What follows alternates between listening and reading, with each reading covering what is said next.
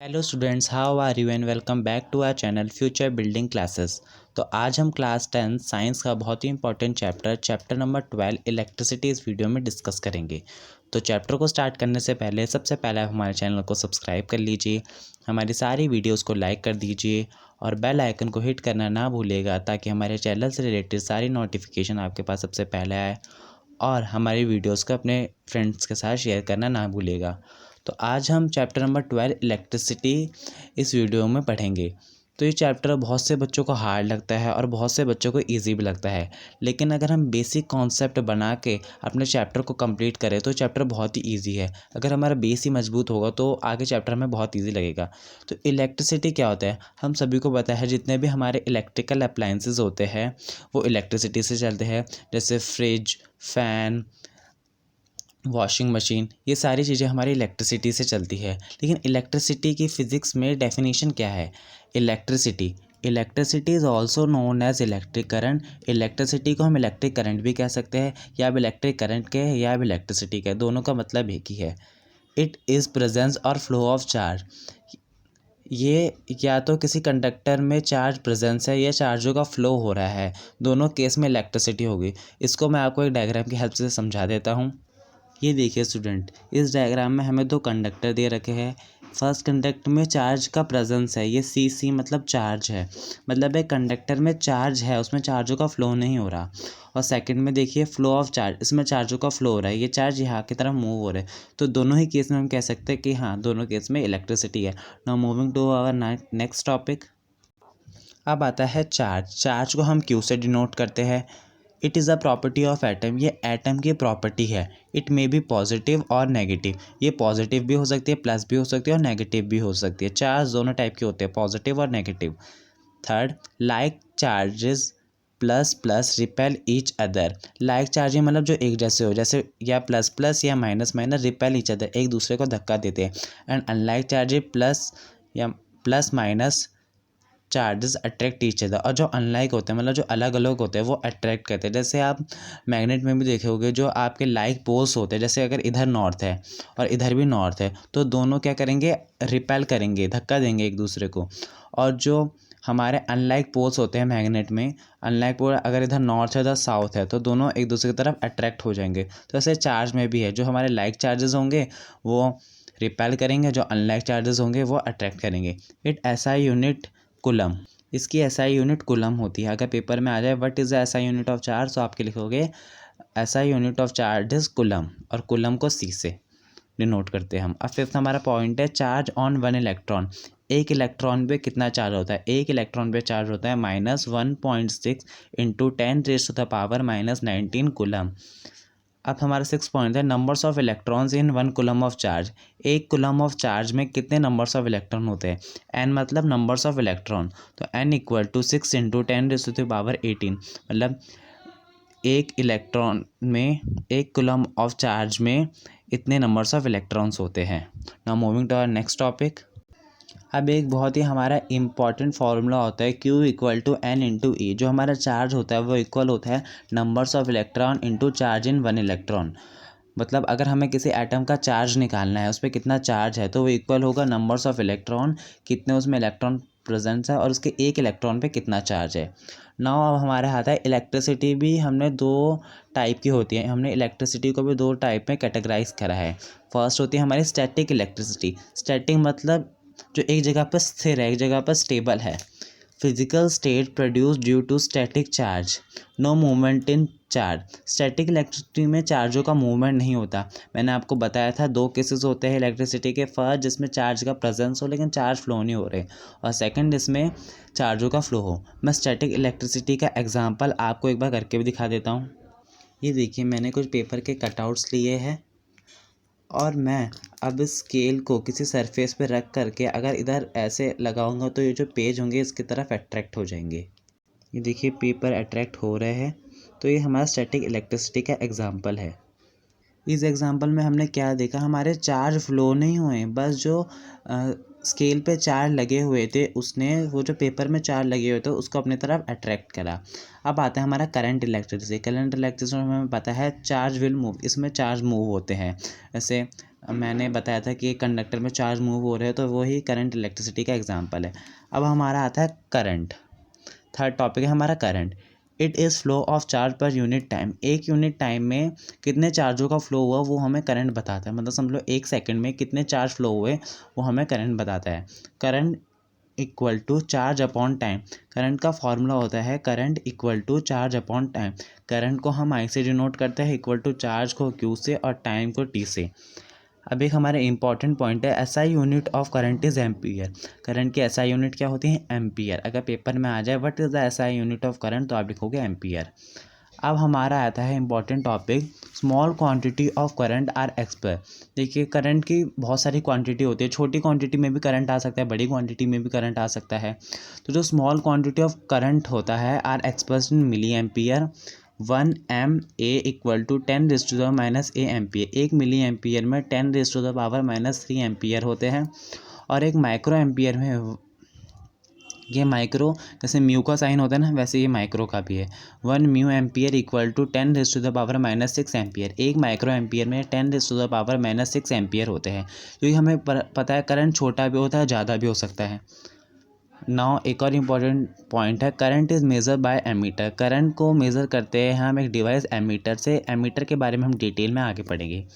Now student, अब हमारा question आ गया है। हम जैसे जैसे अपना चैप्टर करते जा रहे हैं वैसे वैसे हम कुछ क्वेश्चन भी डिस्कस करेंगे, ताकि हमारा बेसिक कॉन्सेप्ट, जो हमारा कॉन्सेप्ट हम पढ़ रहे हैं वो और स्ट्रांग हो जाए।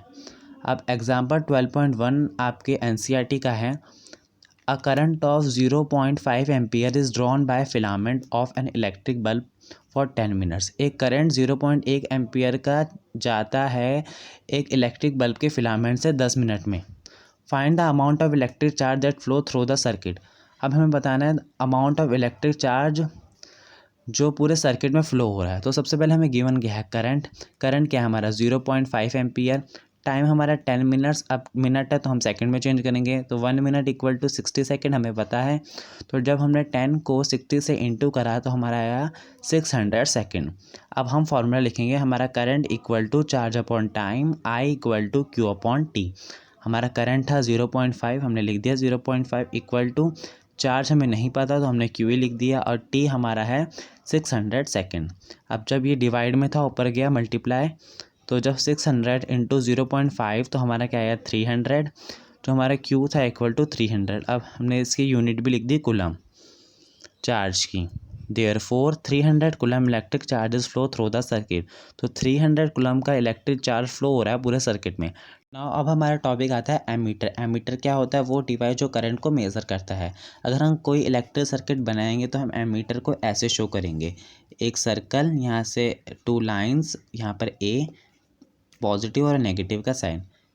फर्स्ट पॉइंट है इसका, इट हैज़ लो रेसिस्टेंस। इसका रेसिस्टेंस होता है वो लो होता है। रेसिस्टेंस के बारे में हम अभी आगे डिटेल में पढ़ेंगे।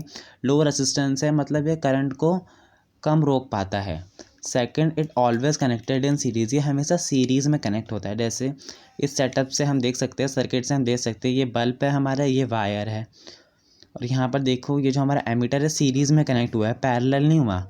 ये हमारा सीरीज़ में कनेक्ट हुआ है, सर्किट के एकदम सीरीज़ में कनेक्ट हुआ है। तो एमीटर हमेशा कनेक्ट होता है सीरीज़ में। नाउ हमारा टॉपिक आता है पोटेंशियल डिफरेंस। अभी पोटेंशियल डिफरेंस को क्या होता है? पोटेंशियल डिफरेंस को हम डिनोट करते हैं वी से। Work done to move a unit charge from one point to another. Work done, कितना काम हुआ एक यूनिट चार्ज को एक जगह से दूसरी जगह ले जाने में, उसे हम कहते हैं पोटेंशियल डिफरेंस। इस डेफिनेशन को मैं आपको एक डायग्राम के हेल्प से समझा देता हूँ। ये देखिए स्टूडेंट, ये एक चार्ज है और इसे यहाँ से यहाँ जाना है, तो कितना वर्क लगा इस चार्ज को यहाँ से यहाँ जाने में, तो इसे ही हम कहते हैं potential difference. Work done to move a unit of charge from one point to another, इसको हम कहते हैं क्या? हमारा पोटेंशियल डिफरेंस। अब पोटेंशियल डिफरेंस इक्वल है वर्क अपॉन चार्ज के। ये इसका फॉर्मूला है, पोटेंशियल डिफरेंस इक्वल है work upon charge. Potential difference को हम किससे डिनोट करते हैं? वी से। V equal to work W upon charge को हम क्यू से। वर्क की एसआई यूनिट क्या होती है? जूल, और चार्ज की हमारी कूलम, तो V equal to J upon C. SI unit of potential difference volt, हमारे जो SI unit of potential difference की वोल्ट होती है, इसलिए हम पोटेंशियल डिफरेंस को V से डिनोट करते हैं। अगर पेपर में आ जाए what is the SI unit of potential difference, तो आप लिखोगे SI unit of potential difference is volt. अब 1 वोल्ट क्या है? 1 volt, when 1 joule work is done in carrying 1 coulomb of charge then potential difference is called 1 volt। जब 1 joule of work लगता है 1 coulomb of charge को carrying करने के लिए एक जगह से दूसरी जगह, तो पोटेंशियल डिफरेंस उस समय होता है हमारा 1 वोल्ट। अब हमारा इंपॉर्टेंट पॉइंट आता है सेल और battery are devices to maintain V. Cell और जो बैटरी होते हैं वो डिवाइस करते हैं पोटेंशियल डिफरेंस। अब ये कैसे करते हैं, हम इसे एक डायग्राम की हेल्प से समझते हैं। ये देखिए स्टूडेंट, ये हमारा एक पूरा सर्किट है, ये हमारा कंडक्टर है, ये हमारे फ्री इलेक्ट्रॉन्स है, इसमें कंडक्टर में फ्री इलेक्ट्रॉन्स है, और ये हमारी वायर है और ये हमारी बैटरी है। अब देखिए जब मैंने बैटरी को कंडक्टर से कनेक्ट करा, अब देखिए हमें पता है हमारे जो अनलाइक चार्जेस होते हैं अट्रैक्ट ईच अदर, अब ये नेगेटिव प्लस की तरफ आएगा ना। अब पोटेंशियल डिफरेंस कैसे क्रिएट हो रहा है, तो ये देखिए जब इलेक्ट्रॉन यहाँ की तरफ आ रहे हैं तो इधर खाली हो जाएगा, तो ये इलेक्ट्रॉन इधर की तरफ भागेंगे ना, पोटेंशियल डिफरेंस तो क्रिएट हो रहा है चार्ज को एक जगह से दूसरी जगह ले जाने में। समझो यहाँ पर कोई खाली, इधर पानी था खाली हो गया, तो यहाँ का पानी इधर जो आएगा ना, तो वही है यहाँ के इलेक्ट्रॉन्स इधर आ रहे हैं, तो मूवमेंट ऑफ इलेक्ट्रॉन्स क्या हो रहा है यहाँ से यहाँ की तरफ, तो ये नेगेटिव है और ये प्लस की तरफ जाएंगे, और ये जो नेगेटिव वाला है इस नेगेटिव वाले को रिपेल करेगा, धक्का देगा, तो ये सारे यहाँ की तरफ आएंगे। तो इससे हम समझ सकते हैं जो हमारे सेल और बैटरी होते हैं वो पोटेंशियल डिफरेंस क्रिएट करते हैं। अब एक हमारा इंपॉर्टेंट पॉइंट होता है potential difference is measure by voltmeter. Potential difference को हम मेज़र करते हैं डिवाइस किससे, वोल्टमीटर से। वोल्टमीटर एक डिवाइस है जो मेज़र करता है हमारा पोटेंशियल डिफरेंस। अब वोल्टमीटर क्या है, अब वोल्टमीटर को जब भी हम सर्किट में बनाएंगे तो हम ऐसे बनाएंगे, जैसे एमीटर था वैसे अब इधर ए होता था एमीटर में, इधर वी आएगा, वोल्टमीटर है इधर पॉजिटिव इधर negative. First point, it has high resistance, इसका रेजिस्टेंस हाई होता है, मतलब करंट को ज़्यादा रोक पाता है। It always connected in parallel, कि हमेशा पैरेलल कनेक्ट होता है। देखिए पैरेलल कनेक्ट हुआ है ना, ये हमारा सर्किट है उसके पैरेलल कनेक्ट हुआ है, और हमारा एमीटर क्या होता था सीरीज़ में कनेक्ट होता था। अब एक हमारा इंपॉर्टेंट पॉइंट आता है current always flow from higher potential to lower potential. Current हमेशा हायर पोटेंशियल से लोअर पोटेंशियल की तरफ जाता है, मतलब प्लस से माइनस की तरफ हमारा करंट फ्लो होता है। Now moving to our next important topic. अब एक हम क्वेश्चन डिस्कस करेंगे, एग्जाम्पल 12.2 हमारा NCERT का है। How much work is done in moving a charge of 2 coulomb across 2 point having a potential difference 12V। कितना वर्क डन होता है एक 2 कूलम ऑफ चार्ज को अक्रॉस 2 पॉइंट यहाँ से यहाँ जाने में जिसका पोटेंशियल डिफरेंस 12V है। समझिए कोई हमारा पाथ है और 2 कॉलम ऑफ चार्ज हमारा फ्लो हो रहा है यहाँ से यहाँ पर, तो कितना वर्क हुआ अगर उसका पोटेंशियल डिफरेंस 12V था। तो सबसे पहले जो हमें गिवन है हम वो लिखेंगे, चार्ज हमारा 2 कूलम, पोटेंशियल डिफरेंस हमारा 12V। पोटेंशियल डिफरेंस का हमें फॉर्मूला पता है work upon charge, potential difference में 12V, वर्क की जगह पर वर्क W लिखा और 2C। अगर आप यहाँ पर आप V और C भी लगाओगे तब भी चलेगा, लेकिन लास्ट में यूनिट लगाना बहुत इंपॉर्टेंट होता है। अब पोटेंशियल डिफरेंस हमने लिखा है यहाँ पर 12, चार्ज 2 यहाँ डिवाइड में था ऊपर जाके इनटू, तो 12 इंटू 2 इक्वल टू 24 जूल। तो इतना जूल ऑफ वर्क डन हुआ to move a charge from this point to this. अब हमारा टॉपिक आता है सिंबल और some commonly use component in circuit diagram. Circuit diagram में सम कॉमनली यूज कंपोनेंट हम इसमें डिस्कस करेंगे। तो 7th और 8th में हमने कुछ कंपोनेंट पढ़े थे जो सर्किट में यूज़ होते, लेकिन वो बहुत कम थे, लेकिन 10th में हम और ज़्यादा पढ़ेंगे। तो फर्स्ट है हमारा an electric cell. Electric cell को हम, इलेक्ट्रिक सेल का जो सिंबल होता है ऐसे होता है, जब हम कभी सर्किट बनाएंगे तो इलेक्ट्रिक सेल को हम ऐसे डिनोट करते हैं, ये प्लस और इधर माइनस। जो प्लस का होगा उसकी ये जो लेंथ होगी वो लंबी होगी और माइनस की छोटी। नाउ सेकंड है अ बैटरी और कॉम्बिनेशन ऑफ सेल। बस अगर सेल कंबाइन हो जाते हैं तो बैटरी बन जाता है। थर्ड, प्लग की और स्विच ओपन। ये हमारा स्विच है ओपन है, मतलब करंट फ्लो हो रहा है, तो इसमें ऐसे करके बस बीच में डॉट नहीं आता, डॉट में इसी का अपोजिट हो जाता है। फोर्थ हमारा प्लग की और स्विच क्लोज्ड। ये क्लोज्ड है हमारा स्विच, मतलब करंट का फ्लो नहीं हो रहा। नाउ फिफ्थ है हमारा अ वायर जॉइंट। अगर हमें कोई वायर ज्वाइंट करनी है तो उसके लिए हम ऐसा सिंबल ड्रॉ करेंगे। 6 हमारा है वायर क्रॉसिंग विदाउट ज्वाइनिंग। हमारी वायर क्रॉस हो रही है लेकिन ज्वाइन नहीं हो रही। जैसे हमारे घरों में भी जब जब लाइट लगती है तो वायर क्रॉस होती है ना, सारी वायर को थोड़ा ना ज्वाइन करते हैं, कुन कुन को क्रॉस भी करवाते हैं। तो क्रॉस के लिए अगर हम सर्किट ड्रॉ करेंगे तो हम ऐसा ड्रॉ करेंगे। एक अगर हम डायग्राम ड्रॉ करेंगे वायर क्रॉस विदाउट ज्वाइनिंग का तो ये वाला होगा। 7 आता है हमारा इलेक्ट्रिक बल्ब। इलेक्ट्रिक बल्ब को हम ऐसे या ऐसे दोनों तरीके से बना सकते हैं। अब 8 अ रसिस्टर ऑफ रेसिस्टेंस आर। एक रसिस्टर जिसका रेसिस्टेंस आर है। रसिस्टर और रेसिस्टेंस के बारे में आगे हम डिटेल में पढ़ेंगे, तो इसे हम ऐसे बनाते हैं। 9 वेरिएबल रेसिस्टेंस और रियोस्टेट। वेरिएबल रेसिस्टेंस या रियोस्टेट को हम ऐसे या ऐसे बना सकते हैं कि आप ऐसे बनाओ या आप ऐसे बनाओ। ना हमारा 10th आता है एमीटर। एमीटर मैंने आपको बता दिया था ऐसे ड्रॉ करते हुए। 11th वोल्ट मीटर, वो हम ऐसे ड्रॉ करते हैं। ना हमारा आता है Ohm's law. Ohm's law, Ohm's एक साइंटिस्ट है जिन्होंने एक लॉ दिया, potential difference across 2 points of a metallic conductor is directly proportional to the current passing through the circuit provided its temperature remain constant।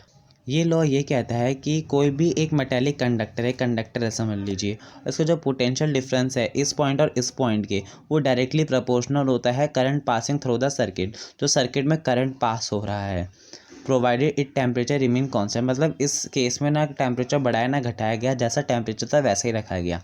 मतलब ये लॉ ये कहता है कि अगर हमने पोटेंशियल डिफरेंस बढ़ा तो करंट भी बढ़ता है, और अगर पोटेंशियल डिफरेंस घटा तो करंट भी घटता है। मतलब अगर करंट बढ़ रहा है तो पोटेंशियल डिफरेंस भी बढ़ रहा है, और करंट घट रहा है तो पोटेंशियल डिफरेंस भी घट रहा है। अब हमारा यहाँ V directly proportional to I। अब डायरेक्टली प्रोपोर्शनल के लिए हम कांस्टेंट लगा रहे हैं R। R हमारा रेजिस्टेंस होता है, V इक्वल टू IR। अब ये ग्राफ है VI, graph of nichrome wire. ये VI ग्राफ भी यही बता रहा है कि अगर हमारा करंट बढ़ रहा है तो पोटेंशियल डिफरेंस भी बढ़ रहा है, अगर करंट घट रहा है तो पोटेंशियल डिफरेंस भी घट रहा है। नाउ हमारा टॉपिक आता है रेसिस्टेंस क्या होता है। रेसिस्टेंस को हम R से डिनोट करते हैं। It is a property of conductor. ये कंडक्टर की प्रॉपर्टी है to resist the flow of charge, जो फ्लो ऑफ चार्ज को रोकती है। क्या है ये प्रॉपर्टी है कंडक्टर की, जो चार्जेस के फ्लो को रोकती है, मतलब करंट को रोक रही है। अब हमें रेसिस्टेंस का हम फॉर्मूला निकालेंगे, V इक्वल टू IR होता है हमारा ओम्स लॉ। अब R हमने इधर ही रखा और I हमने नीचे डिवाइड में भेज दिया, तो R equal to VI, I को हम ए भी लिख सकते हैं, तो V upon A equal to हमारा ohm. It SI unit is ohm, इसकी SI यूनिट होती है ओम। ओम वाला नहीं, शिवजी वाला नहीं, ये ओम दूसरा वाला है। ओम को हम ऐसे बनाते हैं, ये हमारा ओम है। 9th आता है अब हमारा रियोस्टेट। रियोस्टेट क्या है? It is an electronic device use to control the current by varying resistance. ये इलेक्ट्रॉनिक डिवाइस है जो यूज़ होता है to control current by varying resistance. ये इलेक्ट्रॉनिक डिवाइस है जो रेजिस्टेंस को बढ़ाता है और घटाता है और करंट को कंट्रोल में रखता है। इसकी हेल्प से हम करंट को बढ़ा भी सकते हैं और घटा भी सकते हैं। अब हमारा 10th टॉपिक आता है resistance of a conductor depend on these factor. किसी कंडक्टर का रेसिस्टेंस किन फैक्टरों पर डिपेंड करता है? There are 3 factor. इसके लिए 3 फैक्टर होते हैं। फर्स्ट ऑन इट्स लेंथ, मतलब जो हमारा रेसिस्टेंस होगा वो डायरेक्टली प्रोपोर्शनल होगा लेंथ के। Resistance directly proportional to the length of the conductor. अगर लेंथ बढ़ी तो रेसिस्टेंस भी हमारा बढ़ेगा। नाउ सेकंड होता है on its cross section. Resistance inversely proportional to the area of cross section. जो रेसिस्टेंस होता है वो इन्वर्सली प्रोपोर्शनल होता है एरिया ऑफ क्रॉस सेक्शन के। अब ये एरिया ऑफ क्रॉस सेक्शन क्या है? ये देखिए, ये कंडक्टर है, ये इसकी लेंथ है, और एरिया क्रॉस सेक्शन क्या हुआ? ये वाला। समझ लीजिए ये कंडक्टर है और इसका जो ये वाला पार्ट होगा ना, ये हमारा एरिया ऑफ क्रॉस सेक्शन है। तो ये हमारा एरिया ऑफ क्रॉस सेक्शन, ये इसकी लेंथ। और थर्ड है on the nature of its material. किस मटेरियल का वो कंडक्टर बना है इस पर भी हमारा रेसिस्टेंस डिपेंड करता है। तो हमारा लेंथ है, ये एरिया ऑफ क्रॉस सेक्शन। अब हमने देखा कि आर हमारा directly proportional to the length and R हमारा inversely proportional to the area of cross section. R inversely proportional to the length upon A. L हमारी लेंथ है और ये हमारा एरिया ऑफ क्रॉस सेक्शन। अब इस इन्वर्सली प्रोपोर्शनल को हटाने के लिए हमें कांस्टेंट लगाना पड़ेगा। तो कांस्टेंट हमने क्या लगाया? Rho P. तो R equal to P into L upon A. अब ये रू क्या है? रू होती है हमारी resistivity. It is a fundamental property of material. ये रेसिस्टेंस जैसा ही सिमिलर है लेकिन इसमें कुछ डिफरेंट है। ये फंडामेंटल प्रॉपर्टी है मटेरियल की। रेसिस्टेंस किसकी फंडामेंटल प्रॉपर्टी होती थी? प्रॉपर्टी होती थी किसकी? कंडक्टर की। और ये है मटेरियल। मटेरियल कोई भी हो सकता है, कंडक्टर या insulator. That resist the flow of electric current, ये इलेक्ट्रिक करंट के फ्लो को रेसिस्ट करती है। इसकी एसआई यूनिट है ओम मीटर। अब ये ओम मीटर आई कैसे? ये देखिए, पी हमारा है R into A upon L. यहाँ पर एल अपॉन ए था, अब जब ये यहाँ पर गया तो ए हमारा ऊपर हो गया, एल हमारा नीचे हो गया, हमें मैथ में पढ़ा है। रेसिप्रोकल हो गया उसका, तो P इक्वल टू आर हमारा क्या होता है? रेसिस्टेंस की क्या होती है ऐसा यूनिट? ओम। और हमारा एरिया ए का मीटर स्क्वायर, और एल हमारा क्या होती है? लेंथ। तो लेंथ मीटर में, तो एम से जब हमने एम डिवाइड करा तो हमारा P क्या है? हमारा ओम मीटर। ना उसके कुछ अब इंपॉर्टेंट पॉइंट हम डिस्कस कर लेते हैं। इट इज़ कांस्टेंट, ये कांस्टेंट होती है, मैंने आपको बताया था जो हमारे रू है वो कांस्टेंट है। थर्ड, रेंज और resistivity of metal and alloy is 10⁻⁸ to 10⁻⁶ ohm metre. जो रेंज है रेसिस्टिविटी की मेटल और अलॉय में, वो 10⁻⁸ से 10⁻⁶ ओम मीटर तक है। ना fourth, range of resistivity of non metal insulator, non metal हमारे सारे इंसुलेटर्स होते हैं, इज़ 10⁻12 टू 10⁻17 ओम मीटर। मतलब आप देखिए कि ये करंट को कम रोक पाते हैं मेटल, इसलिए इसकी जो पावर है नेगेटिव में है, और ये नॉन मेटल तो बहुत ज़्यादा ही रोक देते हैं, इनसे तो करंट पास ही नहीं होता, तो इनकी प्लस में है। Now fifth है copper and aluminium use for electrical transmission as they have low resistivity. Copper और एल्यूमिनियम यूज़ किए जाते हैं इलेक्ट्रिकल ट्रांसमिशन के लिए, मतलब इलेक्ट्रिसिटी को ट्रांसफ़र करने के लिए। क्यों? क्योंकि उसकी रेसिस्टिविटी क्या होती है? लो, क्योंकि वो करंट को कम रोक पाते हैं। नाउ सिक्स्थ है हमारा alloy used in electrical heating devices as their resistivity is high and they do not burn readily. Alloy use किए जाते हैं इलेक्ट्रिकल हीटिंग डिवाइसेस में क्योंकि उसकी रेसिस्टिविटी हाई होती है। ये अलॉय का कंपैरिजन मेटल से किया गया है, क्योंकि मेटल के कंपैरिजन में अलॉय करंट को ज़्यादा रोक पाते हैं, तो इसलिए उनकी रेसिस्टिविटी हाई होती है, जिसके कारण उनकी रेसिस्टिविटी हाई होती है और वो इलेक्ट्रिक हीटिंग डिवाइस में यूज़ करते हैं। क्योंकि जब रेसिस्टिविटी हाई होगी तो वो करंट को ज़्यादा रोकेंगे और हीट एनर्जी हमारी प्रोड्यूस होगी। Now moving to our next topic. Now अब हमारे एक टेबल आती है electrical resistivity of some substances at 20 degree Celsius. कुछ सब्सटेंसेस की इलेक्ट्रिकल रेसिस्टिविटी 20 डिग्री सेल्सियस पे। ये हमारा मटेरियल, उसकी रेसिस्टिविटी, और ये कंडक्टर में क्या है? सिल्वर, कॉपर, एल्यूमिनियम, टंगस्टन, निकल, आयरन, क्रोमियम, मरकरी, मैग्नीज। और अलॉयज में constant, alloy of Cu and Ni, मैग्नीन, alloy of CuMn, Ni, nichrome, alloy of NiCr, Mn and Fe। Now insulator, ये हमारा SU है, इसमें आता है glass, hard rubber, ebonite, diamond, paper, dry. तो ये कुछ इलेक्ट्रिकल रेसिस्टिविटी है कुछ सब्सटेंसेस की, हमें सारी याद करने की ज़रूरत नहीं है, हम कुछ कुछ इंपॉर्टेंट याद कर सकते हैं। अब हमारा टॉपिक आता है रेसिस्टर। रेसिस्टर क्या होता है? A resistor is an electrical component that limits और regulate the electric current. Resistor एक इलेक्ट्रिकल कंपोनेंट होता है जो लिमिट करता है और रेगुलेट करता है क्या? हमारा इलेक्ट्रिक करंट। क्या होता है? रेसिस्टर एक कंपोनेंट जो लिमिट करता है, मतलब करंट कितना आना चाहिए वो रेसिस्टर क्या करता है? रेगुलेट करता है। A resistor is anything that electricity can not travel through it. Resistor कुछ भी हो सकता है जिससे इलेक्ट्रिसिटी ट्रैवल नहीं करती। वैसे रेसिस्टर ये होता है, मैं आपको इसकी इमेज भी दिखा देता हूँ। ना स्टूडेंट, अब हमारा टॉपिक आता है resistor in series.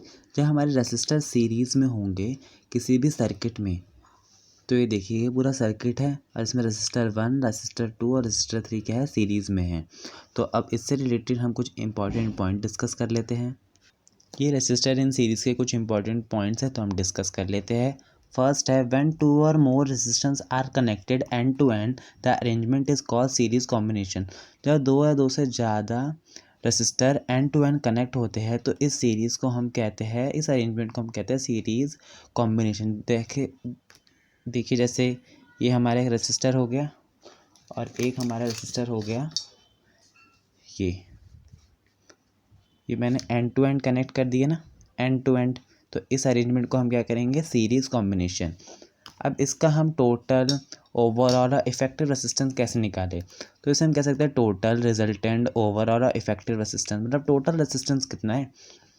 In a series, एक सीरीज़ में, तो आर एस मतलब सम R1 plus R2 plus R3, जितने भी मैंने अभी आपको रेसिस्टर दिखाए थे, देखिए जैसे ये R1 R2 और R3, समझिए इसका रेसिस्टेंस है 1 ओम, इसका 2 ओम, इसका 3 ओम। जो टोटल रेसिस्टेंस होगा वो इन तीनों का सम होगा। कितना होगा वो सम? 6 ओम। तो यही जो हमारा सीरीज़ में होते हैं कोई भी रेसिस्टर, तो उसका जो रेसिस्टेंस होता है वो इन तीनों का, जितने भी वो रेसिस्टर है उनका सम होता है ना। अब इम्पॉर्टेंट पॉइंट है, current throw each resistor is same. सब रेसिस्टरों से करंट हमेशा सेम होता है सीरीज़ में। Equivalent resistance is larger than the largest individual resistance. जो इक्विवेलेंट रेसिस्टेंस होगा मतलब जो टोटल होगा, जैसे इसका टोटल 6 ओम, वो बड़ा होगा जो इंडिविजुअल में सबसे बड़ा है। इंडिविजुअल में सबसे बड़ा 3 ओम, तो 6 3 से बड़ा है ना, तो इसमें इस लाइन में यही कहा गया है। नाउ हमारा आता है total voltage is equal to the sum of the voltage drops. हर रेसिस्टर में कितनी वोल्टेज आए वो इक्वल होती है sum of the voltage drop, मतलब इन तीनों के जब हम वोल्टेज का इक्वल करेंगे वो इक्वल होगा सम के। तो V equal to V1 plus V2 plus V3, ये हमारी वोल्टेजेस है। वोल्टेज अक्रॉस ईच रेसिस्टर की वोल्टेज, सभी रेसिस्टरों की वोल्टेज। सो V1 मैंने ली R1 की वोल्टेज, V2 R2 की वोल्टेज और V3 हमारी R3 की वोल्टेज। तो ये ओम्स लॉ से है, V equal to I R, तो V1 equal to I R1, V2 equal to I R2 और V3 equal to I R3। हमने लिया V1 V2 plus V3 equal to V। इसकी जगह पे हम ये भी ले सकते हैं, तो हमने इन सबको ऐड करा। अब हमें पता था V equal to I R, तो इसलिए हमने ये लिया। तो आई को अब हम कॉमन ले सकते हैं, V को हम लिख सकते हैं आई आर, तो हमने V की जगह पे लिख दिया आई आर। अब I को हम नीचे इंटू में था, डिवाइड में गया, तो I से I कैंसिल हुआ, तो R बचा। तो R equal to R1 plus R2 plus R3। एक टाइप का प्रूफ ही है कि जो टोटल रेजिस्टेंस हमारा यही निकलेगा सारे रेजिस्टर का प्लस। तो अब हम अपने नेक्स्ट टॉपिक की तरफ चलते हैं ना। अब हमारा टॉपिक आता है रेसिस्टर इन पैरेलल। अभी तो हमने पढ़ा था रेसिस्टर इन सीरीज ना, और रेसिस्टर इन पैरेलल। जो हमारे रेसिस्टर पैरेलल में होंगे तब उसके क्या क्या इंपॉर्टेंट पॉइंट्स होंगे, तो अब वो हम डिस्कस कर लेते हैं ना। ये देखिए हमारे रेसिस्टर इन पैरेलल का पूरा सेटअप है। R1 R2 R3 सारे रेसिस्टर है और ये पैरेलली कनेक्टेड है। फर्स्ट इसका important point, voltage across each resistor is same and equal to the applied voltage. मतलब इसमें भी वही है, जो सभी वोल्टेज, सभी रेसिस्टर की वोल्टेज सेम होगी। अब सेकंड इसका important point, total current is equal to the sum of the current through the individual resistance. मतलब जो टोटल करंट होगा वह इक्वल होगा sum of the individual resistance. इसमें कितना करंट गया, इसमें कितना करंट गया, इसमें कितना करंट गया, वो इक्वल होगा टोटल के, जब हम तीनों को सम करेंगे। I equal to I1 plus I2 plus R3, हमें पता है इसका हमें करंट निकालना है, पूरा टोटल करंट निकालना है, तो तीनों के करंट को ऐड करना पड़ेगा। अब देखिए मैं I को लिख सकता हूँ, जब हमने I इधर था इंटू में था, R इधर इंटू में था, तो R को हम नीचे ले गए, तो R डिवाइड में, तो V upon R equal to I, तो I को हम ऐसे भी लिख सकते हैं, reciprocal of equivalent resistance is equal to the sum of the reciprocal of individual resistance. जैसे हम सीरीज़ में क्या कर रहे थे, R1 plus R2 plus R3 कर रहे थे, लेकिन पैरेलल में ऐसा नहीं होगा। पैरेलल में हमें 1 बाय करके करना होगा। जैसे इसका रेसिस्टेंस होगा 1/3 1/2 1/4, तो हमें लिखना होगा 1/3 प्लस 1/2 प्लस 1/4, और जो भी हमारा टोटल आएगा उसको फिर हम रेसिप्रोकल कर देंगे। जैसे समझो इन तीनों का टोटल आया हमारा 1/11, तो जो हमारा टोटल निकलेगा हम 11 को उल्टा कर देंगे, 1/11 को उल्टा कर देंगे तो क्या होगा हमारा 11। तो हमें क्या करना है, reciprocal of equivalent resistance is equal to the sum of the reciprocal of individual resistance. ये लाइन ये भी कहती है कि जो हमारा इक्विवेलेंट रेसिस्टेंस निकलेगा उसको हमें लास्ट में जाकर उसका रेसिप्रोकल कर देना है। Now moving to a next important topic. ना अब हमारा टॉपिक आता है advantages of parallel combination. Parallel combination के क्या क्या एडवांटेजेस होते हैं। हमारे घर में जो रेसिस्टर होते हैं वो पैरेलली कनेक्टेड होते हैं, पहली बात तो ये है। तो फर्स्ट हमारा पॉइंट है, in series when one resistor fail the circuit is broken and non component work. Series में अगर एक रेसिस्टर हमारा फेल हो गया, जैसे सीरीज़ है हमारी, सीरीज़ में हमने लगा रखे हमारे रेसिस्टर, और अगर एक रेसिस्टर हमारा फेल हो गया तो हमारा जो कंपोनेंट है वो चलेगा ही नहीं, दूसरे रेसिस्टर तो करंट पहुंचेगा ही नहीं। तो इसमें ये कह रहा है कि अगर सीरीज़ में एक हमारा रेसिस्टर फेल हो रहा था तो सर्किट हमारा ब्रोकन हो जाएगा और कोई भी कंपोनेंट वर्क नहीं करेगा। इसलिए हमारे घरों में रेसिस्टर सीरीज़ में नहीं लगाए जाते हैं, क्योंकि अगर बाय चांस हमारा एक रेसिस्टर ख़राब हो गया तो बाकी रेसिस्टर तक हमारा जाएगा नहीं करंट। नाउ सेकंड पॉइंट है हमारा different appliances require different current, this can not be satisfied in series combination. हमने पढ़ा था जो हमारा सीरीज कॉम्बिनेशन होता है उसमें करंट सबके पास सेम सेम जाता है, लेकिन जो हमारा पैरेलल में होता है जिस अप्लायंस की जितनी रिक्वायरमेंट है उस हिसाब से करंट जाता है। जैसे समझो हमारे फ्रिज को 220 एम्पियर का करंट चाहिए, हमारे फ़ैन को किसी अलग एम्पियर का करंट चाहिए और वॉशिंग मशीन को किसी अलग एम्पियर का करंट चाहिए, तो इस हिसाब से वो डिस्ट्रीब्यूट हो जाता है किसमें, पैरेलल में। अब देखिए यहाँ से करंट आएगा तो इसकी जितनी रिक्वायरमेंट है इधर चला जाएगा, इसकी और इसकी, ऐसे डिस्ट्रीब्यूट हो जाते हैं। नाउ थर्ड इसका पॉइंट है total resistance is parallel combination is less as compare to the series combination. Total resistance होता है जो पैरेलल कॉम्बिनेशन में कम होता है कंपैरिजन किसके, सीरीज कॉम्बिनेशन के। नाउ हमारा आता है एक और important topic, heating effect of electric current. If the conductor is purely resistive, अगर एक कंडक्टर प्योरली रेसिस्टिव है मतलब वो करंट को अपोज कर रहा है, the source of energy continuously get dissipated. जो सोर्स ऑफ एनर्जी है, सोर्स ऑफ एनर्जी क्या होती है, जिससे हमें क्या मिल रही है, एनर्जी मिल रही है। तो इस सेटअप में सोर्स ऑफ एनर्जी क्या होगा, हमारा बैटरी। उसकी जो एनर्जी हो रही है वो हमारी क्या हो रही है, खर्च हो रही है किस फॉर्म में, हीट के फॉर्म में। तो इसी को कहते हैं हम heating effect of electric current. देखिए ये हमारा एक सेटअप है, ये हमारे कंडक्टर है उसमें फ्री इलेक्ट्रॉन्स है, और ये हमारा क्या है, सोर्स ऑफ एनर्जी बैटरी। अब हीट जनरेट कैसे हुई, जो हमारी हीट एनर्जी होती है वो इक्वल होती है वर्क के। पहले आप ये जान लीजिए, ये देखिए कंडक्टर के अंदर मैंने फ्री इलेक्ट्रॉन बनाए। अब ये जो इलेक्ट्रॉन है वो कंडक्टर के एटम के साथ जब कोलिजन करते हैं, जब टकराते हैं, तो हीट एनर्जी फॉर्म होती है। तो यही हमारा है heating effect of electric current. अब हमें पता है हमारा जो V होता है वो इक्वल होता है H/Q के। जो हमारा V होता है वो इक्वल होता है कि हमारा पोटेंशियल डिफरेंस में था ना, V इक्वल टू J/C। तो J को हमारे क्या आती है, हमारे जूल एनर्जी, तो जूल को हमने वर्क के इक्वल ले लिया इधर, तो वर्क अपॉन क्यू, और हीट एनर्जी के मतलब V इक्वल टू हमारा H/Q है, हीट एनर्जी हमने ले ली। तो अब हम हीट है तो इधर ये किस में था, डिवाइड में था, यहाँ पे जाके क्या होगा, इनटू में, तो H इक्वल टू VQ। अब हम Q को क्या ले सकते हैं, IT हमने कैसे लिया, क्योंकि हमें पता है हमारा जो I होता है वो इक्वल होता है Q/T के। तो जब हमने Q को उधर ही रखे रहने दिया और T को हम ऊपर ले गए, तो I इंटू टी हमारा किसका, ये है करंट का फॉर्मूला है। अब हमने Q की जगह पर IT लिख दिया और VIT। अब देखिए V को हम लिख सकते हैं IR, क्योंकि V equal to I R हमारा ओम्स लॉ है, तो V की जगह पर हमने IR लिख दिया।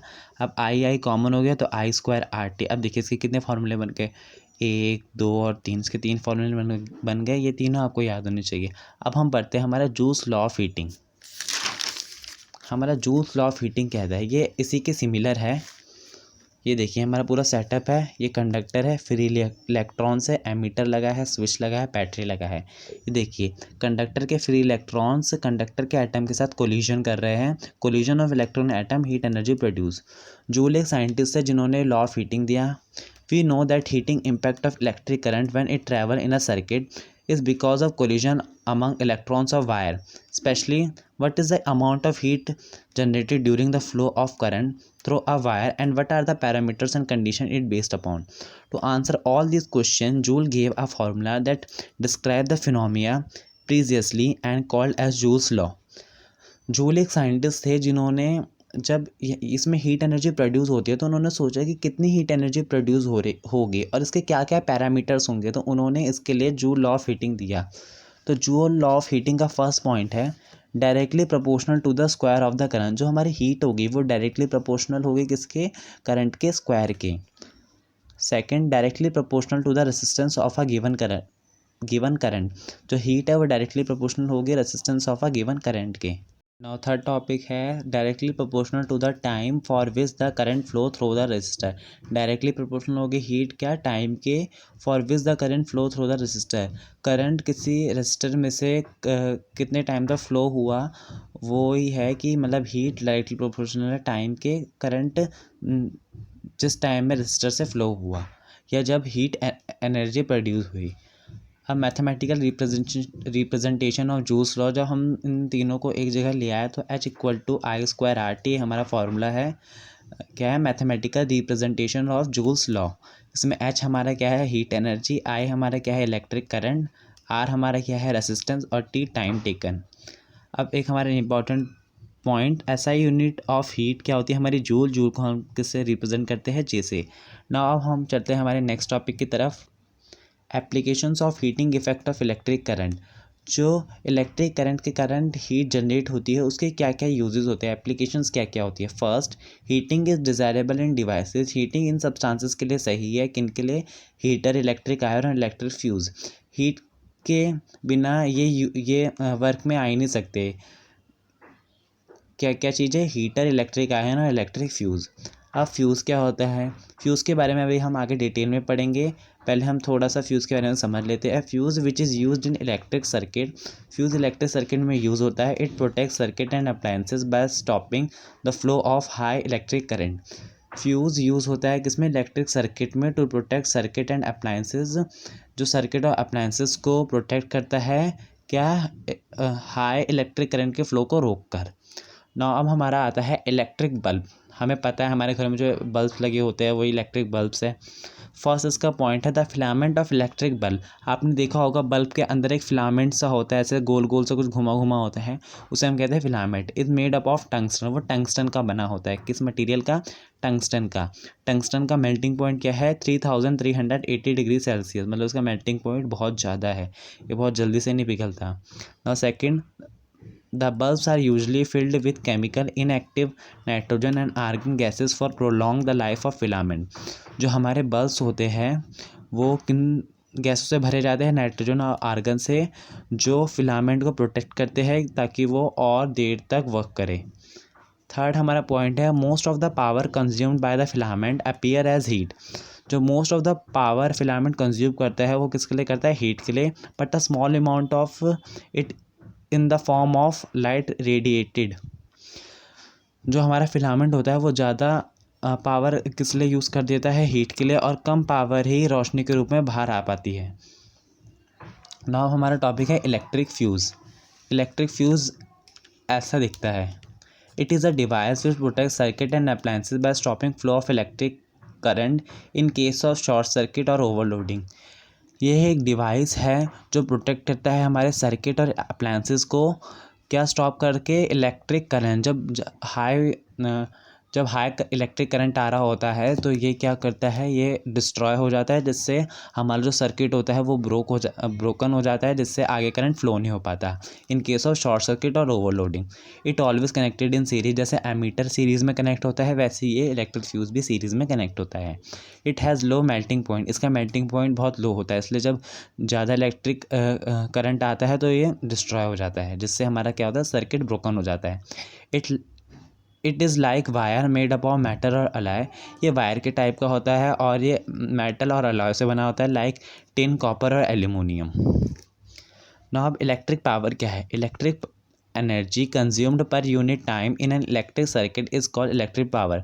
इलेक्ट्रिक एनर्जी कंज्यूम हुई पर एक यूनिट टाइम में एक इलेक्ट्रिक सर्किट में, उसे हम कहते हैं इलेक्ट्रिक पावर। मतलब एक सेकंड में कितनी इलेक्ट्रिक एनर्जी कंज्यूम हुई एक पूरे इलेक्ट्रिक सर्किट में, उसे हम क्या कहते हैं, इलेक्ट्रिक पावर।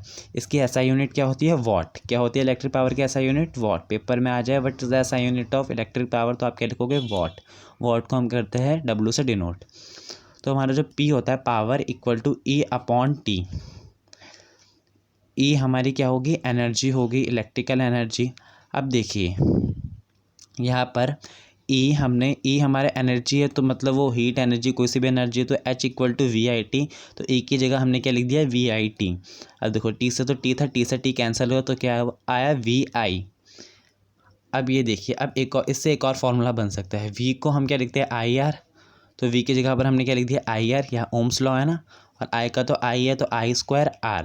यहाँ हम एक और कर सकते हैं, हमें पता है H इक्वल टू हमारा I स्क्वायर RT। हमने इसमें क्या वाला फॉर्मूला लिया, देखिए आप, देखिए H equal to I square RT, ये लिया हमने, और हमने इधर ये पुट कर दिया, और इधर तो T था, देखो इधर T था ना, और T से T कैंसिल है, तो I स्क्वायर R। अब इसका एक और फॉर्मूला बनता है, ये देखिए।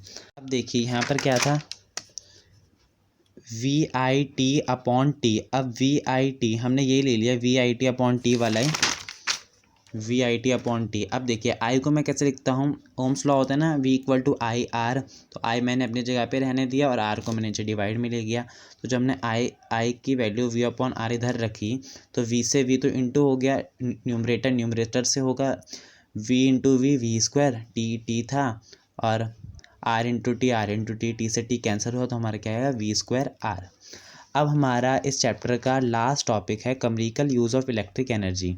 इलेक्ट्रिक एनर्जी का व्यावसायिक रूप में क्या प्रयोग होता है, ये हम इस टॉपिक में पढ़ेंगे। तो इस टॉपिक को स्टार्ट करने से पहले सबसे पहले हम एनसीईआरटी के एक इम्पॉर्टेंट लाइन और इम्पॉर्टेंट टॉपिक पढ़ लेते हैं। The unit what is very small. जो यूनिट होती है वॉट किसकी ऐसा यूनिट होती है पावर की, इज़ वेरी स्मॉल, बहुत छोटी होती है। Therefore in actual practice we use as much larger unit kilo watt, it equal to 1000 watt. जो हमारी किलो वॉट होती है वो 1000 वाट के इक्वल होती है। वॉट बहुत ही छोटी यूनिट है, इसलिए ज़्यादा वॉट की पावर ज़्यादा भी तो हो सकती है, इसलिए ज़्यादा लार्जर यूनिट की पावर को लेने के लिए हम किलो वॉट लेते हैं। और जो किलो वॉट होती है वो इक्वल होती है किसके, 1000 वाट के। The commercial unit of electric energy is kilowatt hour. जो commercial unit of electric energy होती है वो किलोवाट आर होती है, कॉमनली नोन एज यूनिट। हमारे जब इलेक्ट्रिसिटी बिल आता है तो ये आता है ना कि कितने यूनिट आया, तो वो किलोवाट आर ही होती है। तो 1 kilowatt hour equal to 1 unit. हमने भी बताया 1 किलो वाट कितनी होती है, 1000 वाट के। और एक हाल में कितने सेकंड होते हैं, 60 × 60, तो 3600 सेकंड। अब जो हमें इसे इंटू करेंगे तो 3.6 × 10⁻6 वाट सेकंड। हमने इसे ज़्यादा कॉम्प्लेक्स फॉर्म में ज़ीरो बार बार ना है तो पावर के फॉर्म में हमने इसे लिया। और वाट सेकंड हमारा जूल होती है, तो 3.6 × 10⁻6 जूल 1 किलोवाट आर के इक्वल होती है। हम एनसीईआरटी के पेज नंबर 220 के व्हाट यू हैव लर्न के कुछ इंपॉर्टेंट पॉइंट डिस्कस कर लेते हैं ताकि हमारे कॉन्सेप्ट और क्लियर हो जाए। A stream of electron moving through a conductor constitutes an electric current. Conventionally, the direction of current is take opposite to the direction of flow of electron. ये statement ये कह रही है कि अगर इलेक्ट्रॉन हमारे इस तरफ मूव कर रहे हैं तो हमारा जो करंट होगा वो हमारा इस तरफ मूव करेगा। देखिए ये डायरेक्शन है, इलेक्ट्रॉन इस तरफ मूव कर रहे हैं तो करंट इस तरफ मूव करेगा। SI unit of electric current is ampere. SI unit electric current की क्या होती है, एम्पियर, हमें पता है। To set the electron in motion in electric circuit we use a cell और battery. A cell generate a potential difference across a terminal, it measure it in volt फी। अगर हमें इलेक्ट्रॉन को मूव में लाना है तो हमें क्या करना पड़ेगा, पोटेंशियल डिफरेंस क्रिएट करना पड़ेगा। पोटेंशियल डिफरेंस किससे क्रिएट होता है, सेल और बैटरी से। Resistance is a property that resists the flow of electron in conductor. It controls the magnitude of current. The SI unit of resistance is ohm. Resistance पता है हमें property होती है किसकी, that resist is a property. Resistance एक property है किसकी, हमारी कंडक्टर की, जो रेसिस्ट करती है flow of electrons in a conductor. इसकी SI यूनिट होती है ओम। ओम्स लॉ क्या होता है, the potential difference across the end of a resistor is directly proportional to the current through it provided it temperature remains constant. मतलब अगर हमारा potential difference बढ़ रहा है तो करंट भी बढ़ेगा, अगर करंट बढ़ रहा है तो पोटेंशियल डिफरेंस भी बढ़ेगा, अगर करंट घट रहा है तो हमारा पोटेंशियल डिफरेंस भी घटेगा। The resistance of a conductor depend directly on its length, inversely on it's area of cross section and also on material of conductor. मतलब जो रेसिस्टेंस है वो किस किस पे डिपेंड करते हैं, कंडक्टर के डायरेक्टली प्रोपोर्शनल होते हैं उसके लेंथ के, इनवर्सली प्रोपोर्शनल होते हैं एरिया ऑफ क्रॉस सेक्शन के, और उसके मटेरियल पे भी किस मटेरियल से कंडक्टर बना है। The equivalent resistance of several resistor is in series equal to the sum of the individual resistance. Equal resistance equal होता है सीरीज में sum of the resistance of each resistor. A set of resistor connected in parallel has an equivalent resistance RP reciprocal given by। ये मैंने पता है कि अगर parallel होंगे तो जो भी प्लस करके है उसका फिर हम रेसिप्रोकल करेंगे। The electric energy dissipated in a resistor is given bye.